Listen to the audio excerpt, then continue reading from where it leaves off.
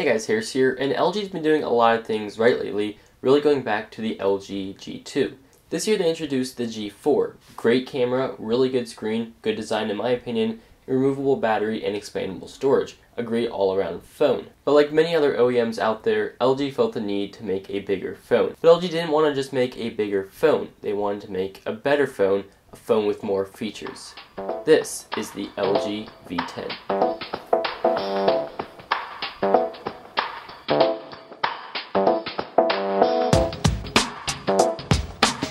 So let's start with the ways this is similar to the LG G4. For starters, LG kept their acclaimed power user features, a removable back cover that allows access to a microSD card for extra storage, as well as a 3000 mAh removable battery, the same size as the G4. They also kept the buttons on the back, and I'll definitely say that I'm a fan of back buttons. It really is a pretty natural and intuitive location for them to be because, well, my fingers are going to be there anyway.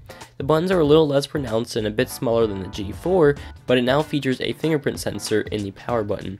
Although the power button does feel a little wobbly, it works pretty well. It's really fast when it reads your finger correctly, which is probably about 90% of the time, and I just love fingerprints in general, so this is nice.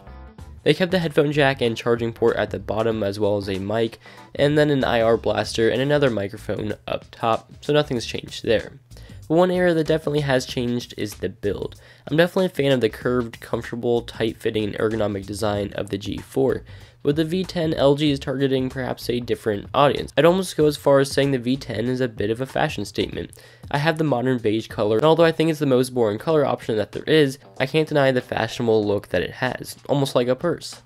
The gold metal rim surrounding the phone definitely makes it stand out, as well as a nice cold feeling in the morning when you pick it up. The gold also makes its way to the camera ring and other elements of the phone. The back material is a thick silicone that I definitely like. It's grippy, comfortable, and it looks cool. So although the phone doesn't contour to my hand, if you're looking for a sharp phone, but not literally, this is a good option. It's a good looking premium device. Now the main screen on the front is almost the same as the G4.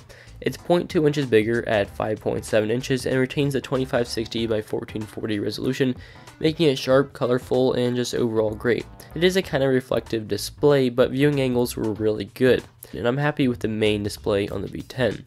Now of course I said main display because LG is taking a page out of Samsung's book by adding an extended display, this being a 160 by 1040 rectangular display up top.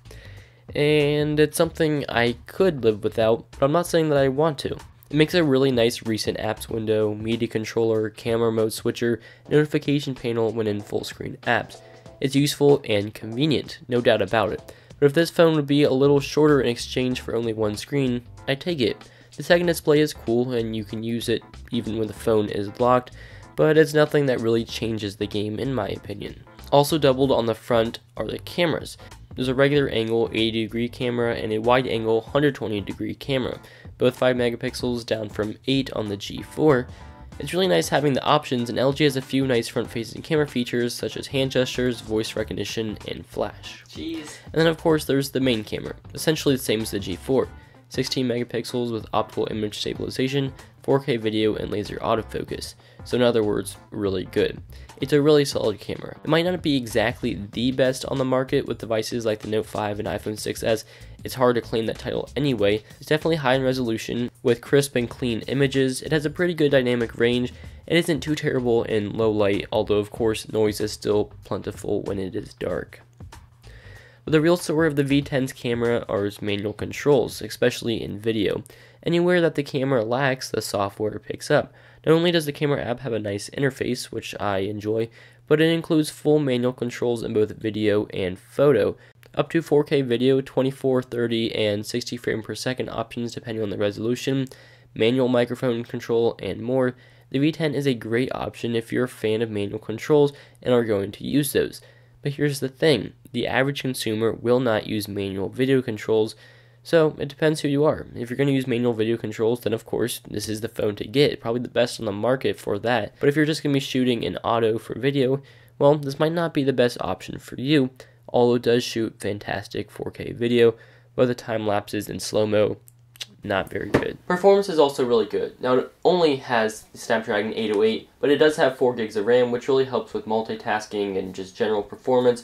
and especially with Nova Launcher installed on this, it's really smooth. And finally, battery. At 3000 milliamps, the V10 gets through a full day. Maybe a little more, likely not any less.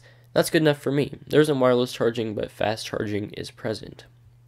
So at the end of the day, the V10 is a beefed up G4, an extra camera, an extra screen, and a much more premium design and build. But the trade-off is a bigger phone and a fatter price tag. I don't think the V10 is the G4 killer. A lot of people aren't interested in manual controls for photo or video, and a lot of people would prefer the more ergonomic and compact build of the G4. It's a super nice phone, no doubt about it. The camera is great, but it isn't the best on the market, and it's certainly a two-handed device, because it's so big. It's a good phone, but not perfect. Worth it? Yeah, but not my first pick on the Android side.